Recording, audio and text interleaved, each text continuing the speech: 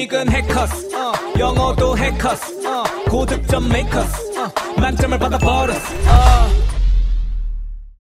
안녕하세요. 2023년 첫 토익 총평을 맡게 된 해커스 RC 강의하는 박슬기라고 합니다. 오늘 다들 토익 시험 보시느라 고생 많으셨고요.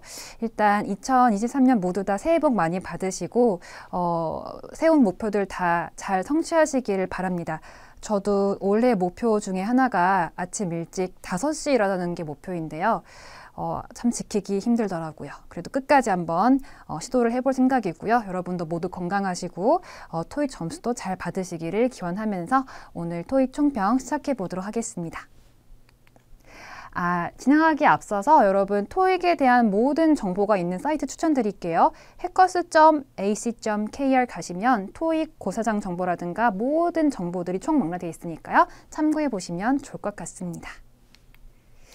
자, 오늘 시험의 난이도를 말씀을 드리겠습니다. 전반적으로 어렵지 않은 시험이었습니다. 파트 5는 중정도 난이도인데요.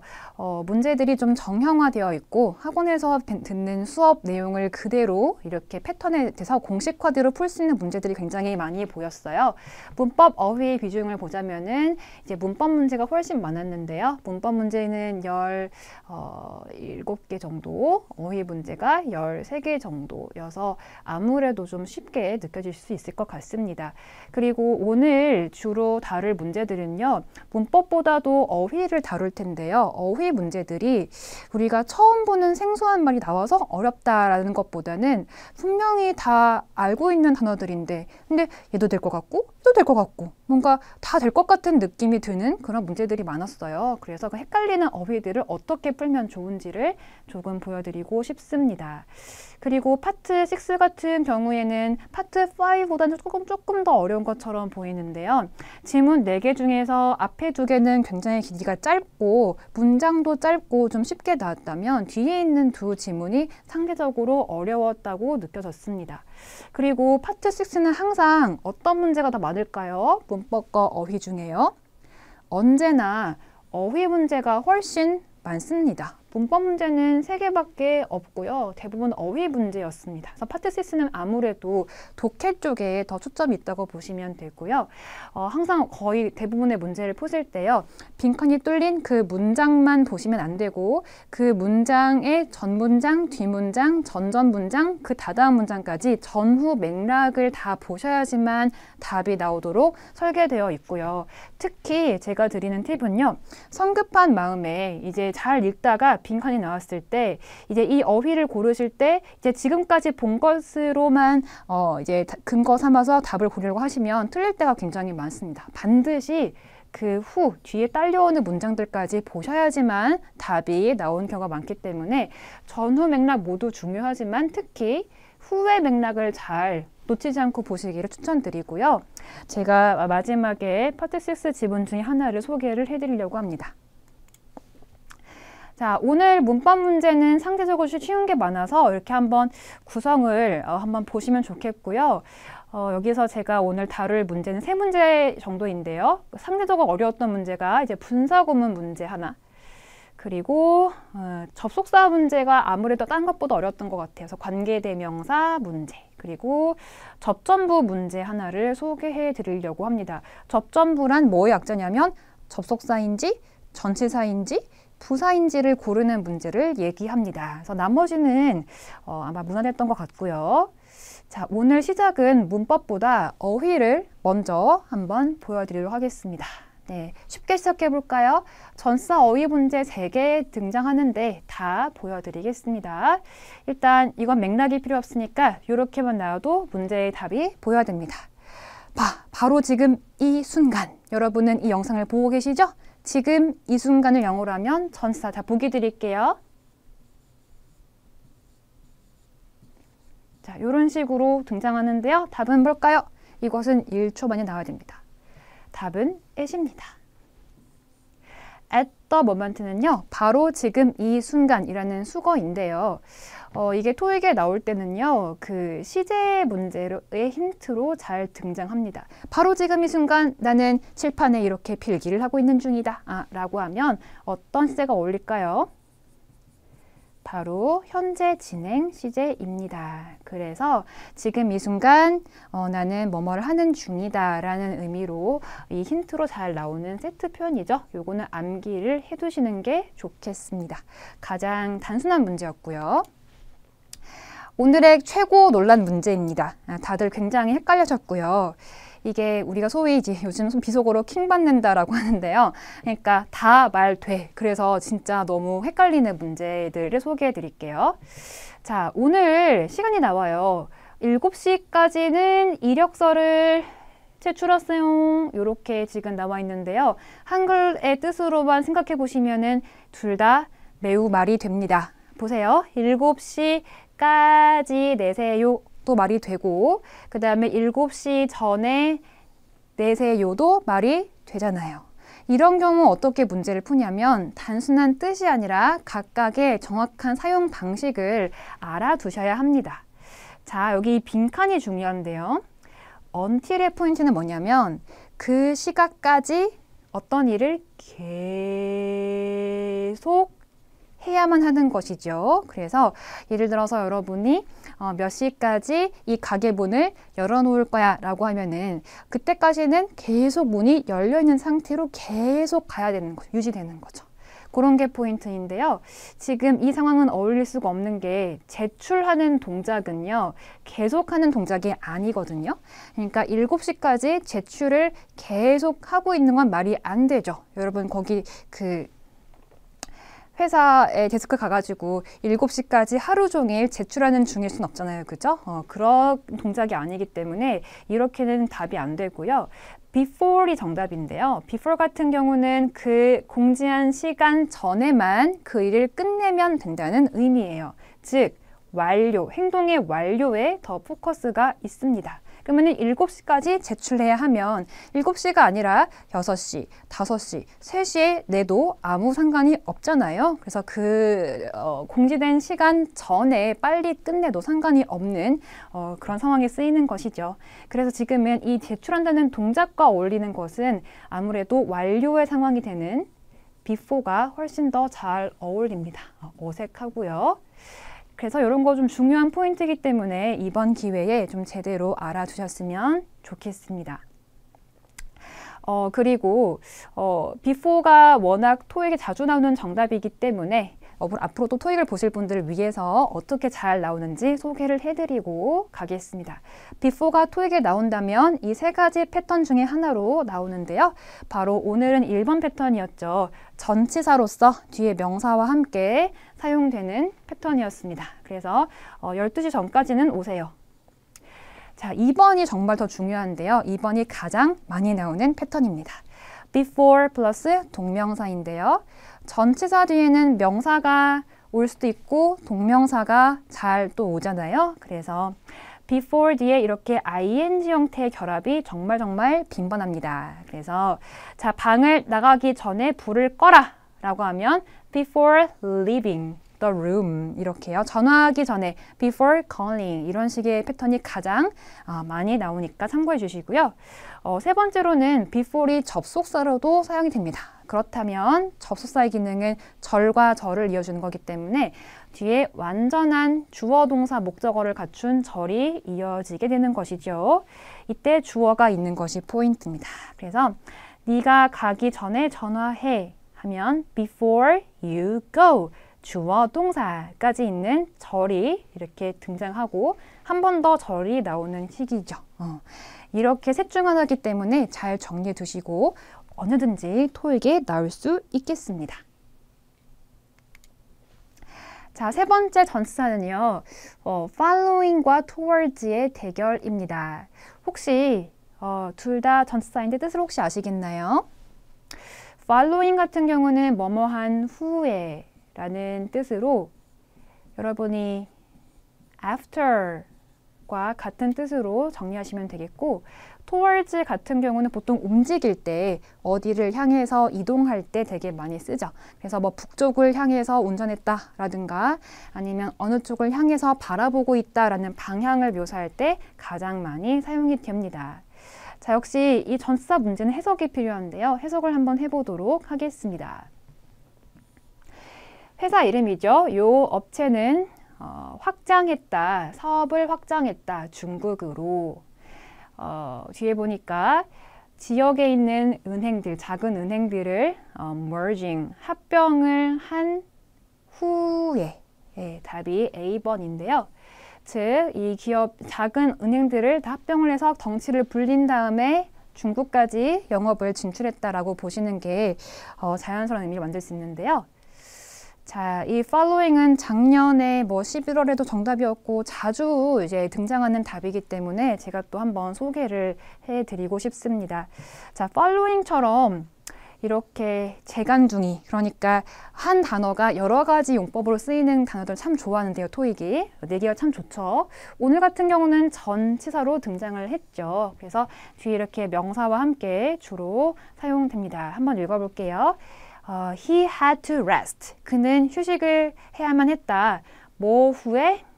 Following his injury. 그의 부상 후에 잠깐 쉬어야만 했다라는 의미로 아까 말씀드린 대로 뭐뭐한 후에라는 의미의 전치사로 사용된 거고요.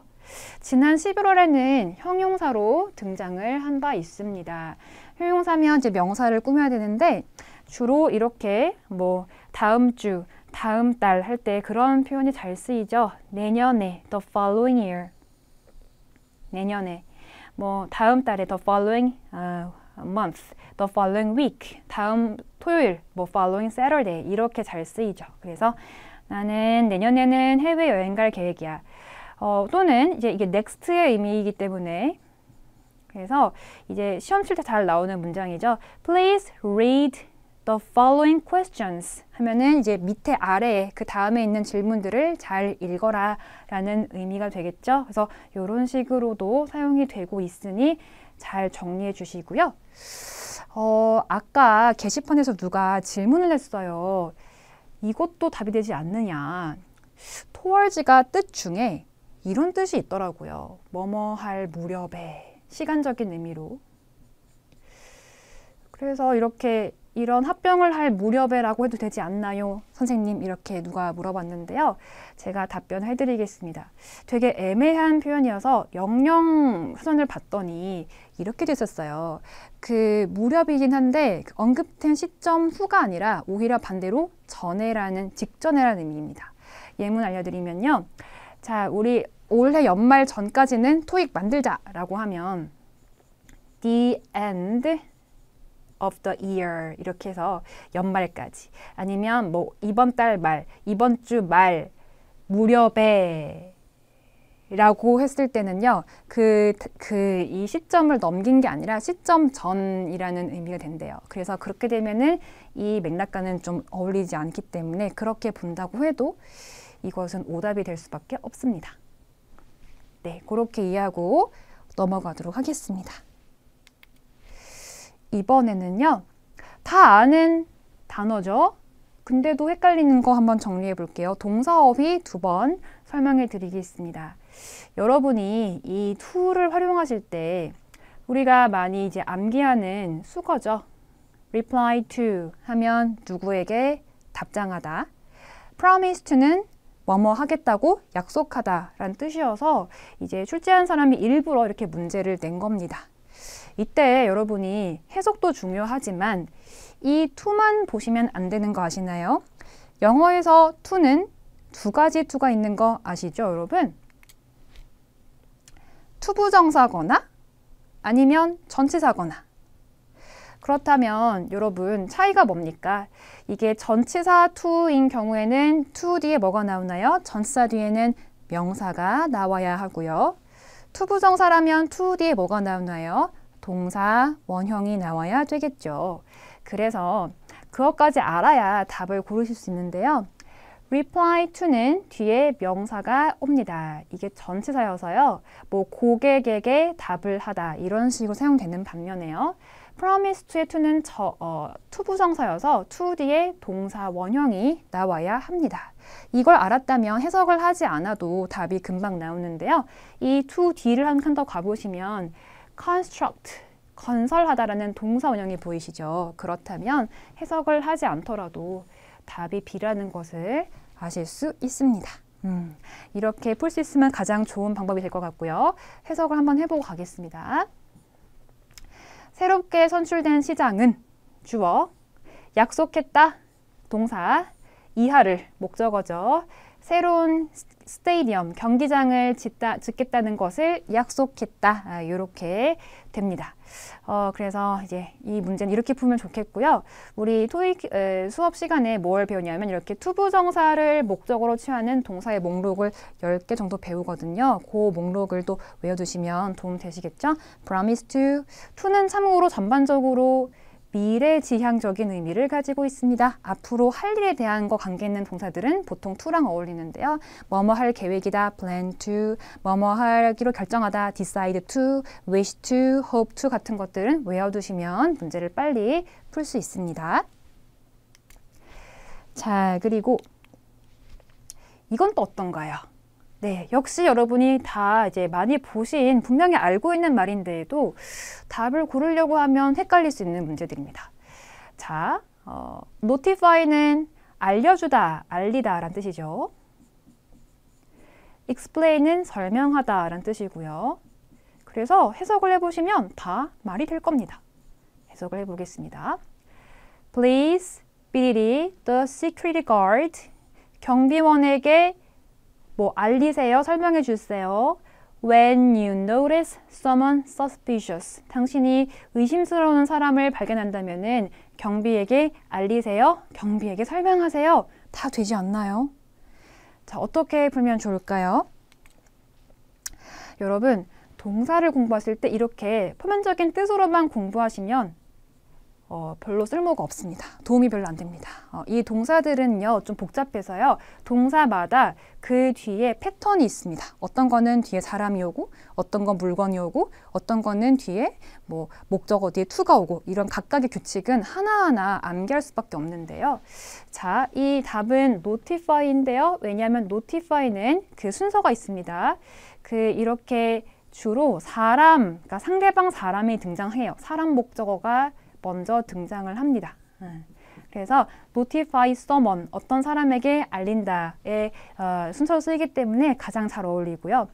만약에 explain 쓰고 싶으면 explain은요, 사람이 아니라 보통 어떤 사실을 설명하는 거기 때문에 사람이 아니라 물건이 옵니다. 뭐 explain the rule 이런 식으로 뭐 규정을 설명한다 이렇게 오는 거고요. 사람이 오고 싶으면 그냥 오는 게 아니라 전치사 to와 함께 와야 합니다. 그래서 explain something 하고 to someone 이렇게 쓰는 게 정확합니다. 그래서 explain은 지금은 오답이 됩니다.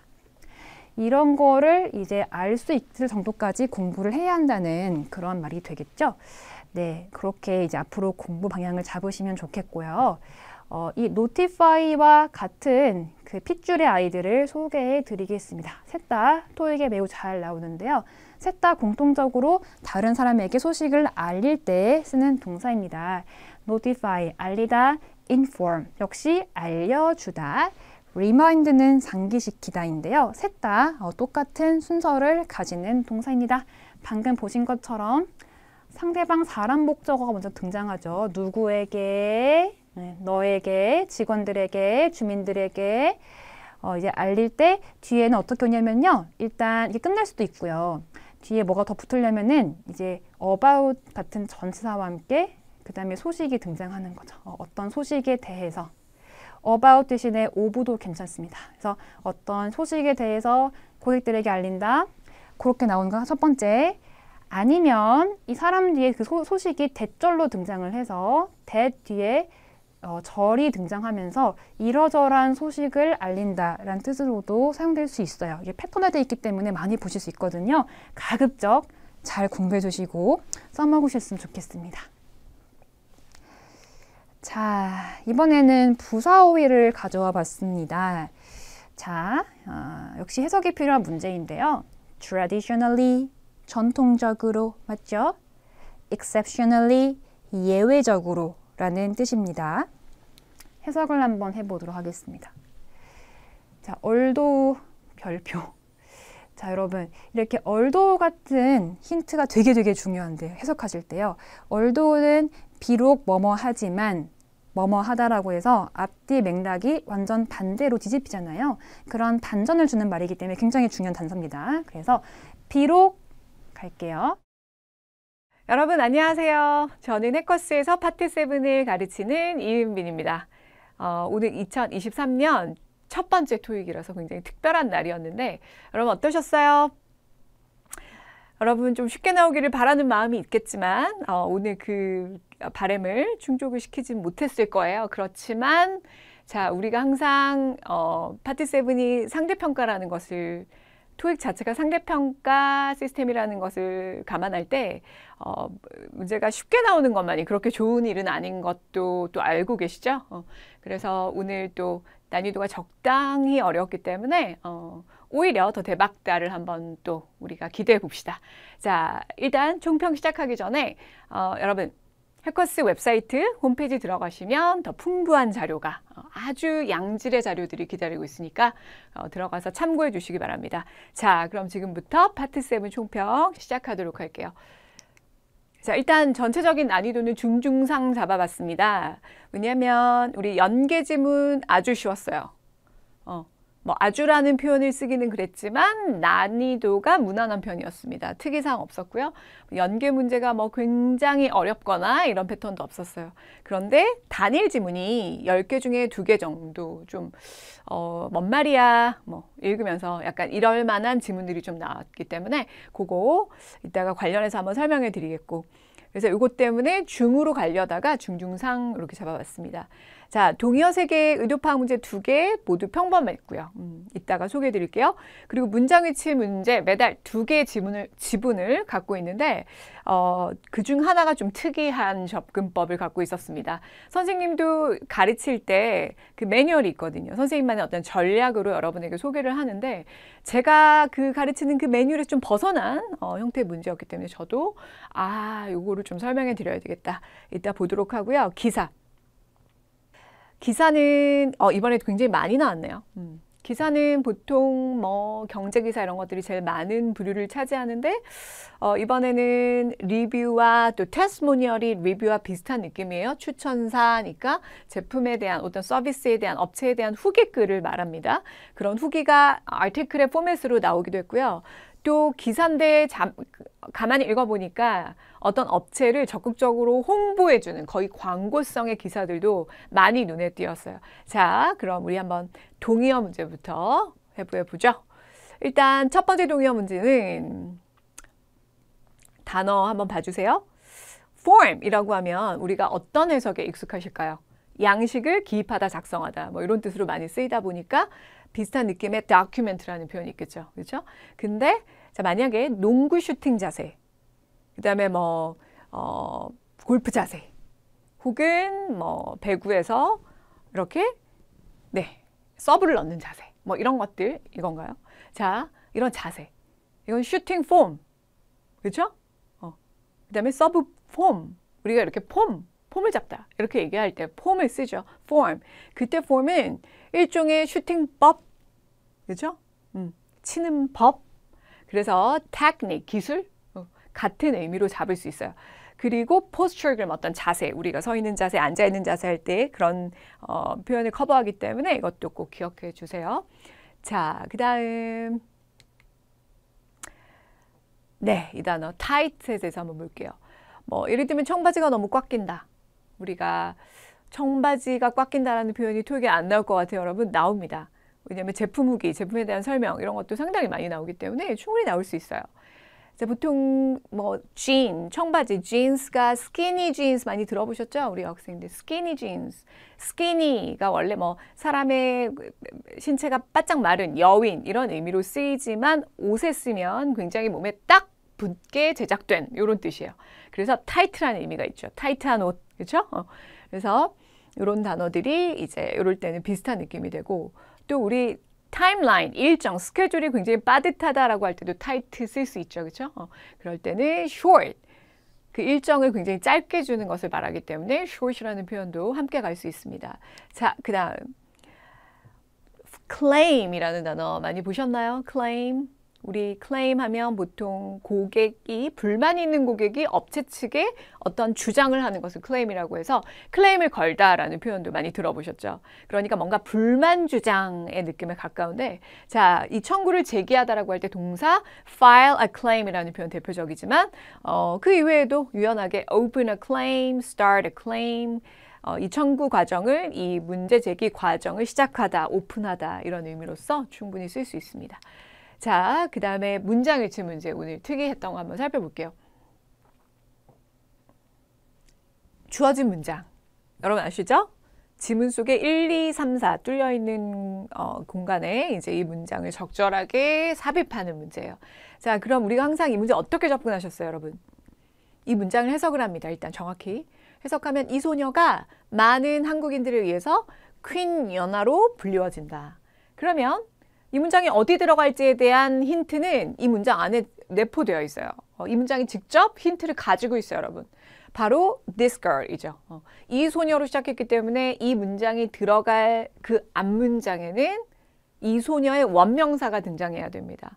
사람이 당연히 등장해야 된다는 얘기고요. 그리고 여자라고 표현되면 더 좋은 거고요. 그렇죠? 그리고 이런 이름으로 불리울 만한 사람이 보이면 그 뒤로 넣어주시면 되죠.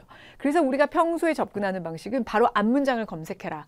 그래서 그 앞문장에 this girl의 원명사가 보이면 그 뒤로 넣어라. 예를 들어 Let me introduce an athlete to you. 당신에게 운동선수 한 명을 소개해 드릴게요. 여러분에게. 그리고 그 뒤에 이 소녀로 말할 것 같으면 이렇게 들어갈 수 있는 패턴이고, 또 하나는 자, 뭐 이런 것도 괜찮겠죠. 김유나 is the most talented figure skater ever. 자, 김연아는 역대 가장 재능 있는 figure skater다 라고 되어 있는 문장이면 우리가 김연아를 this girl로 받았구나 라고 해서 또 이 뒤에 넣어서 이렇게 연결시켜 줄 수 있어요. 그렇죠? 보통 이렇게 앞문장과의 연관성이 되게 중요한데, 오늘 여러분은 좀 조금 다른 접근을 할 수 있었어야 된다. 자, 생각지도 못했던 자리가 답이었을 거예요. 여러분 한번 봅시다. 일단 이 문장이 어떤 지문에 맨 첫 줄에 들어가는 건 안 될 거야 라는 그런 생각이 우리 안에 있을 수 있어요. 선입견. 왜냐하면 this girl은 항상 앞에 뭔가를 가리키고 있어야 되니까 문장이 최소 하나는 있어야 된다고 생각할 수 있겠지만, 자, 첫 문장에도 들어갈 수 있습니다. 어떤 경우? 제목이 있다면. 그래서 여러분 이렇게 패러프레이징할 요럴 단어가 제목 속에 들어가 있다면 첫 문장부터 바로 this girl 하면서 시작해도 상관없겠죠. 그래서 가능한 상황이 있다면, 자, 제목 자체가 The greatest female figure skater, in Korea 있어도 되고, 가장 위대한 여자 figure skater가 제목이 된다면 첫 줄에 this girl 이렇게 바로 들어가도 상관없겠죠. 왜? 이 인물을 this girl이 받으면서 들어갈 수 있기 때문이에요. 그래서 이런 패턴도 가능하다. 우리가 한번 여러분의 원래 알고 있던 그 틀에서 한번 벗어나서 볼 수 있어야 되는 문제였습니다. 자, 그 다음 한번 다음 집합을 표현들 한번 살펴볼게요. 일단 client 하면 여러분 고객으로 보통 알고 계시죠? 이게 토익에 꾸준히 나오는 표현들이기 때문에 여러분 한번 잘 들어보세요. 자, 클라이언트는 고객이에요. 그래서 커스터머 같은 개념이에요. 일반적으로 물건을 사는 고객 이렇게 보통 쓰이지만, 클라이언트가 자, 무엇과 반대말을 이룰 수 있냐면 컨트랙트와 반대말을 이룰 수 있어요. 그럼 또 컨트랙트 하면 컨트랙이 생각나시죠? 컨트랙트 하면 계약서가 생각나죠? 계약이 생각나죠? 그러니까 이게 계약자? 고객님? 이게 왜 반대말이야? 라고 생각할 수 있겠지만, 자, 토익에서 컨트랙터라는 단어가 나오면 보통 계약을 맺은 사람이에요. 맞아요. 근데 그 갑과 을의 관계에서, 계약 관계에서 을에 해당되는, 그것도 유독 어떤 분야냐면 건축업에서 이 일을 받아서 건축하는 시공사를 가리킬 때가 굉장히 많습니다. 하도급 업체. 여러분 하도급이라는 표현 아시죠? 그래서 자, 컨트랙터가 나오면 보통 그 반대 진영의 고용업체, 그러니까 이 시공사를 쓰는 업체를 우리가 클라이언트라고 하는 거예요. 그렇죠?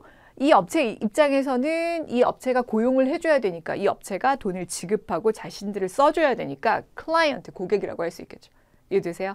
그래서 컨트랙터와 클라이언트가 반대말 관계가 될 수 있다는 걸 꼭 기억해 주세요.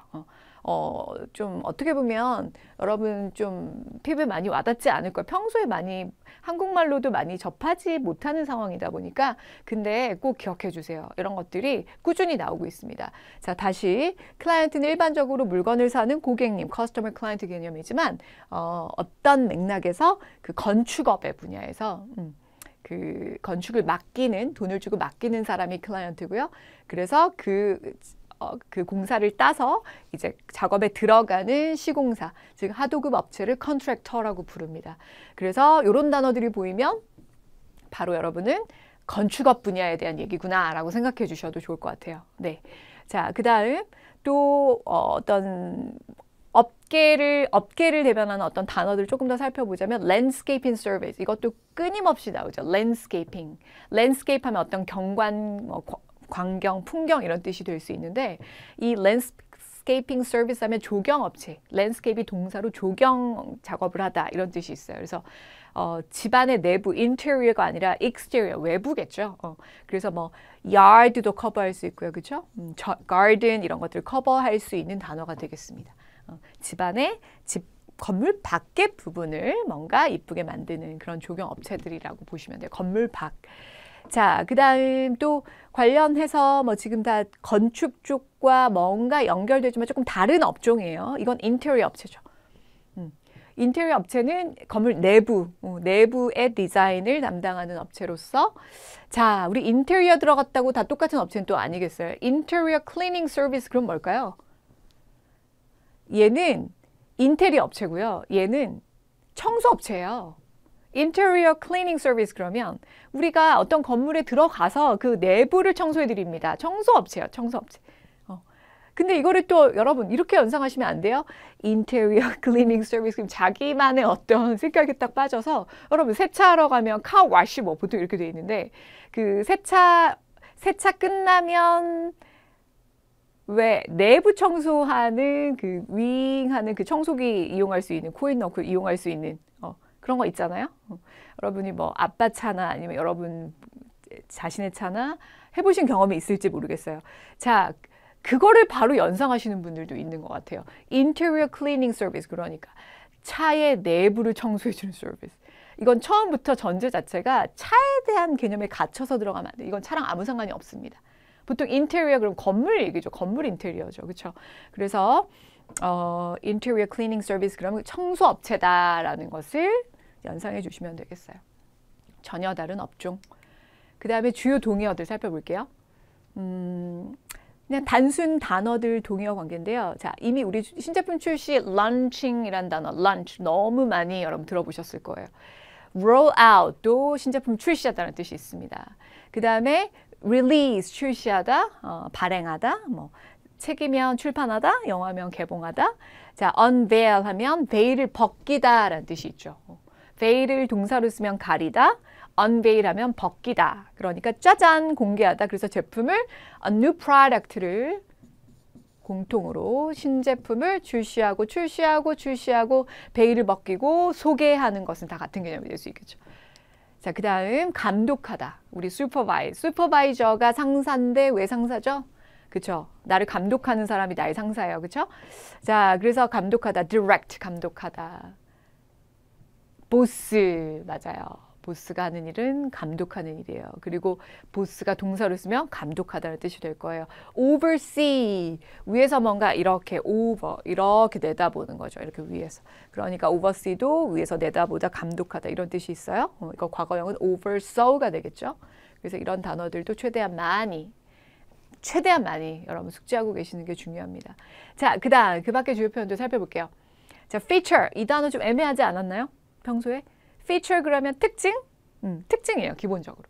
그리고 그거가 동사로 쓰일 때 여러분이 좀 해석을 어떻게 해야 되지? 딱 떨어지지 않네.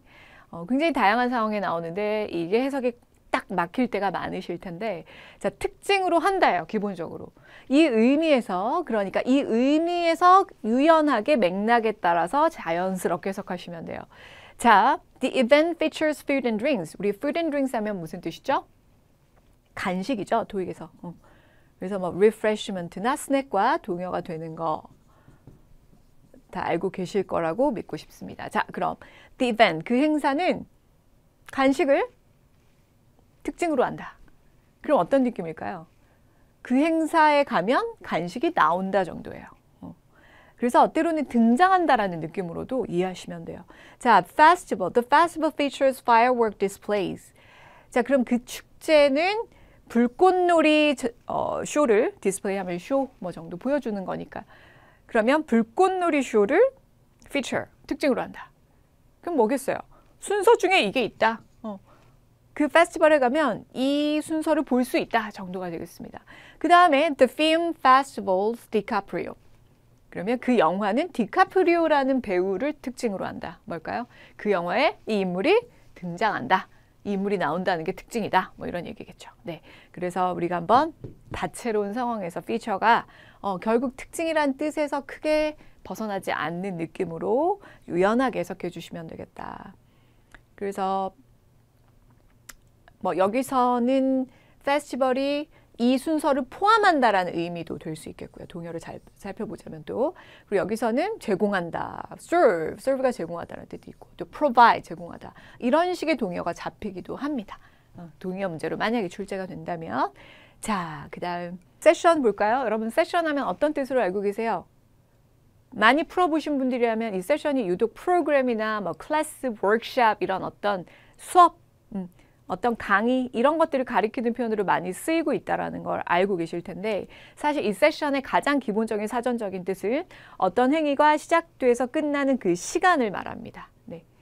그래서 어떤 활동이 시작해서 끝나는 그 시간, 그 기간을 말하기 때문에 사실 기본적인 뜻은 period나 term.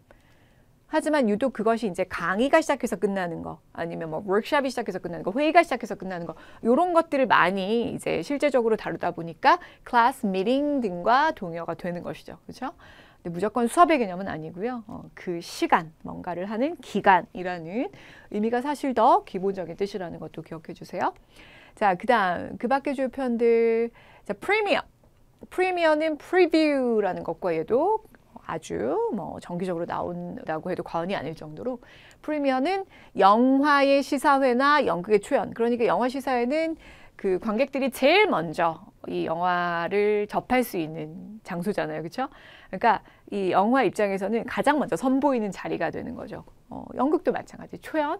그래서 최초에 올리는, 무대에 올리는, 그리고 관객을 만나는 자리를 말하는 단어가 되겠습니다. 프리뷰가 미리 본다, 그래서 시사회라는 뜻이 있거든요, 여러분. 그렇죠? 그래서 우리 같은 의미로 프리미어 잡아주시고요.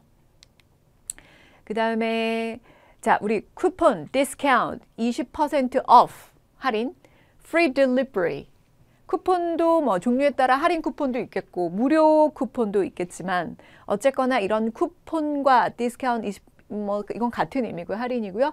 무료 배송이라고 한다면 배송비를 없애주는, 면제해주는 거기 때문에 이런 아이들이 전부 다 특별 혜택, special benefit, special offer, 가격적인 혜택을 주는 특별 혜택으로 모두 묶일 수 있겠죠. 그래서 뭐 가격을 내리는 것과도 연결될 수 있겠고요. 그렇죠?